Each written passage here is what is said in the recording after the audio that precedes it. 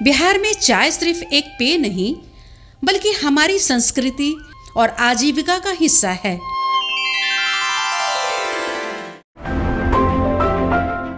लेकिन बिहार राज्य के किशनगंज जिले की खासियत यह है कि पूरे राज्य में चाय की खेती सिर्फ यहीं होती है। और आज यह जिला चाय उत्पादन की सफलता की पहचान बन चुका है।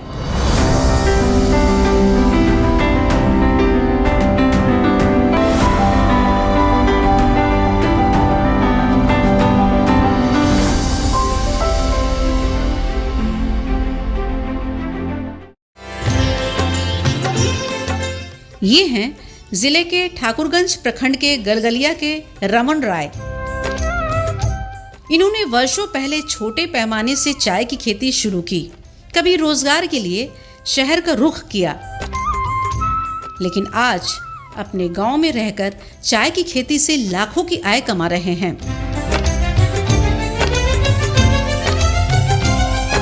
मेरा नाम रमन राय हुआ। मैं गलगलिया का रहने वाला हूँ, जिला किशनगंज।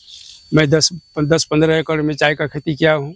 आत्मा किशनगंज से ट्रेनिंग मिला हम लोगों को। उसी ट्रेनिंग के हिसाब से हम लोग अपना जो खेती जो है कर रहे हैं और अच्छा फायदा है। धान गेहूँ से बढ़िया फायदा इसमें है।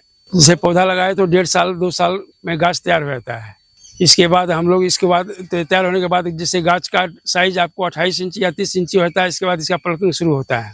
प्लकिंग शुरू होने के बाद ये है कि ये आपको 9 महीना का फसल है। 9 महीना या 9.5 महीना, इसमें आपको हर 15 दिन 20 दिन पर एक राउंड घूमता है, राउंड टूटता है पत्ती।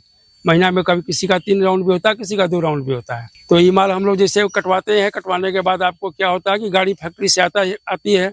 उसी फैक्ट्री की गाड़ी में हम लोग इस माल को देते हैं, जिसमें कि 15 कुंटल 20 कुंटल माल एक बार में चला जाता है। इस पत्ती का दाम आपको जब एवरेज में 20 रुपये किलो से जाता है और पत्ती का जो तोड़ाई है ये आपको 4 रुपये 4.5 रुपये किलो पड़ता है। पिकअप में समझिए माल तो जाता है पिकअप में से 20 कुंटल, लेकिन आपके पास जितना हो, जैसे 2000 रुपये कुंटल हुआ, जिसे 1 एकड़ में आपको 7 से 8 कुंटल माल निकलता है। चाय की खेती ने न सिर्फ किसानों को बल्कि ग्रामीण महिलाओं को भी रोजगार दिया है। सुबह से शाम तक मेहनत करने वाली ये महिलाएं परिवार की रीढ़ हैं। हरी पत्तियों से लेकर कब तक की यात्रा दिलचस्प है। खेत से तोड़ी गई कोमल पत्तियां फैक्ट्री पहुंचती है।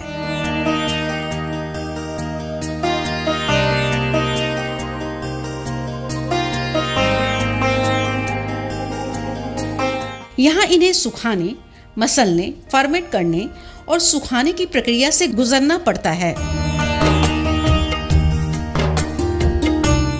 फिर ग्रेडिंग और पैकिंग के बाद तैयार होती है वह चाय जो दूर दराज तक जाती है।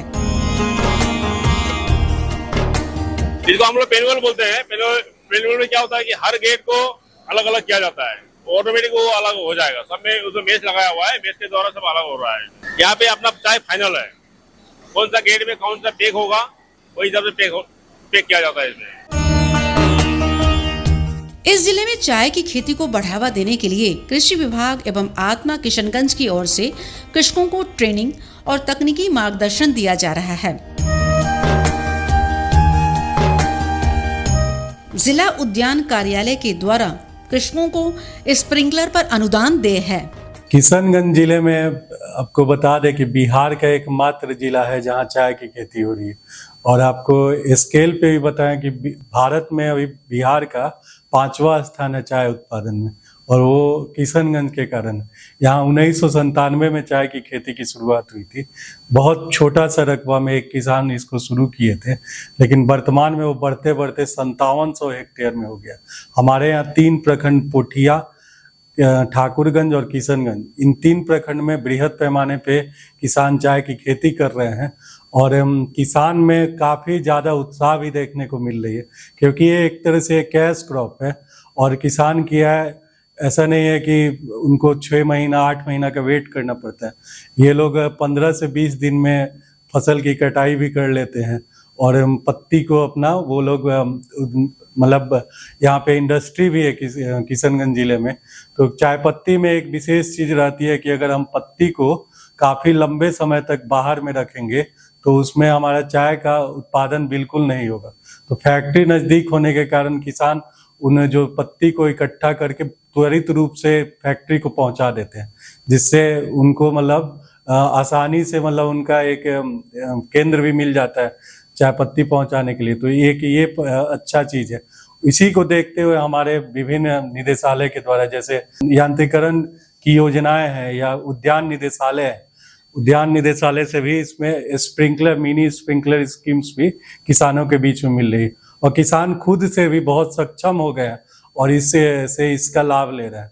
वर्तमान में मैं कुछ किसानों से बात भी किया था तो वो लोग बता रहे थे कि जैसे कि हम लोग चाय पत्ती जो 97 में भी लगाए हैं वो भी अभी उस खेत में मौजूद है, उसको हमको बाहर नहीं करना पड़ा।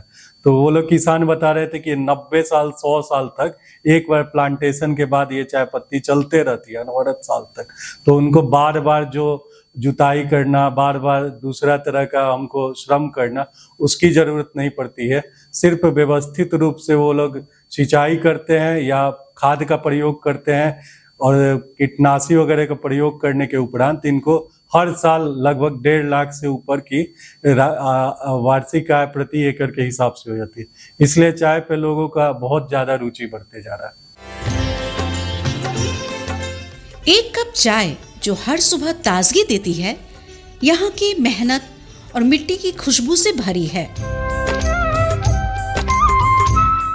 यह सिर्फ खेती नहीं बल्कि पहचान है। पत्ती किशनगंज की है, ये हमारे जिला में चाय पत्ती उत्पादन होती है, मुझे गर्व है।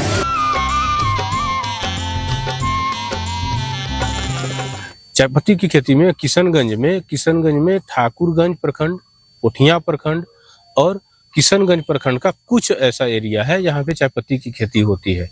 नया में हमने देखा है कि कोचा धामन में भी चाय पत्ती किसान लगा रहे हैं, जागरूकता इसकी बढ़ रही है, इसका क्षेत्र विस्तार हो रहा है। इनका चाय का पत्ती जो है वो पास में ही जो फैक्ट्री है वहाँ पे लोग बेच के अच्छे दाम पाते हैं और अपने जीविका में अग्रसर रहते हैं। इनका जीविकापार्जन बढ़िया तरीके से चलता है। चाय की खेती करते हुए अपने बच्चों को पढ़ाते हैं, लिखाते हैं और इनके जीवन स्तर में सुधार हो रहा है। यह सिर्फ चाय की पत्तियां नहीं, यह मेहनत की खुशबू है, यह उम्मीद का स्वाद है और यह किशनगंज जिले की पहचान है जिसने पूरे राज्य में अकेले चाय की लौ जलाकर सफलता का नया इतिहास लिखा है। हरियाली तो खेतों में आई ही, लेकिन हम लोगों के जीवन में भी हरियाली आ गई। जय बिहार। चाय में जैसे हम लोग लगाते, पहले तो पानी पिचाते थे हम लोग आपको पाइप के द्वारा, लेकिन उससे हम लोगों को ज़्यादा खर्च पड़ता था। अब तो हम लोग ट्रिप लगा दिए हैं। इससे क्या है कि आपको जब इच्छा है हमेशा 3 घंटा 4 घंटा करके राउंड घुमाते रहते हैं। इससे हम लोग को फायदा होता है। हमेशा जैसे धूलकण जो है पत्ता के ऊपर नहीं रहता है और पानी अच्छा से अच्छा अपना गाछ हमेशा फ्रेश रहता है और पानी का समस्या नहीं है। और इसमें पानी का जरूरी है क्योंकि जब तक रस नहीं रहेगा तब तक इसमें चाय आपका पत्ता निकलेगा नहीं। उसी से हम लोग चाय का जो है पटवन जो करते हैं। पटवन से ये कि आपको हमेशा पानी का कोई मतलब इसमें दिक्कत नहीं होता है, हमेशा रस बना हुआ रहता है, जिससे कि अच्छा क्या नाम है आपको पत्ती का प्रोग्रेस होता है। पुरानी जंजीरों को तोड़ चुके हैं, नई तकनीक से हम नाता जोड़ चुके हैं। उम्मीद है कि आने वाली पीढ़ी भी इस चाय की खेती को सम्मान दे और चाय की इस यात्रा को और आगे बढ़ाए। प्रिय किसान भाई बहनों को मैं ये भी बताना चाहता हूँ कि परियोजना निदेशक आत्मा और जिला कृषि कार्यालय से आप कोई भी नवीनतम जानकारी प्राप्त कर सकते हैं। इसके लिए आपको कहीं कोई दूर भी नहीं जाना है। आपके सभी जिला में भी ये जिला कृषि कार्यालय है, वहाँ से आप संपर्क स्थापित कर सकते हैं। और अगर आप प्रखंड स्तर पे देखें या पंचायत स्तर पे देखें, वहाँ पर भी कृषि विभाग का कार्यालय चल रहा है, तो वहाँ से भी आप नई नई तकनीक की जानकारी ले सकते हैं।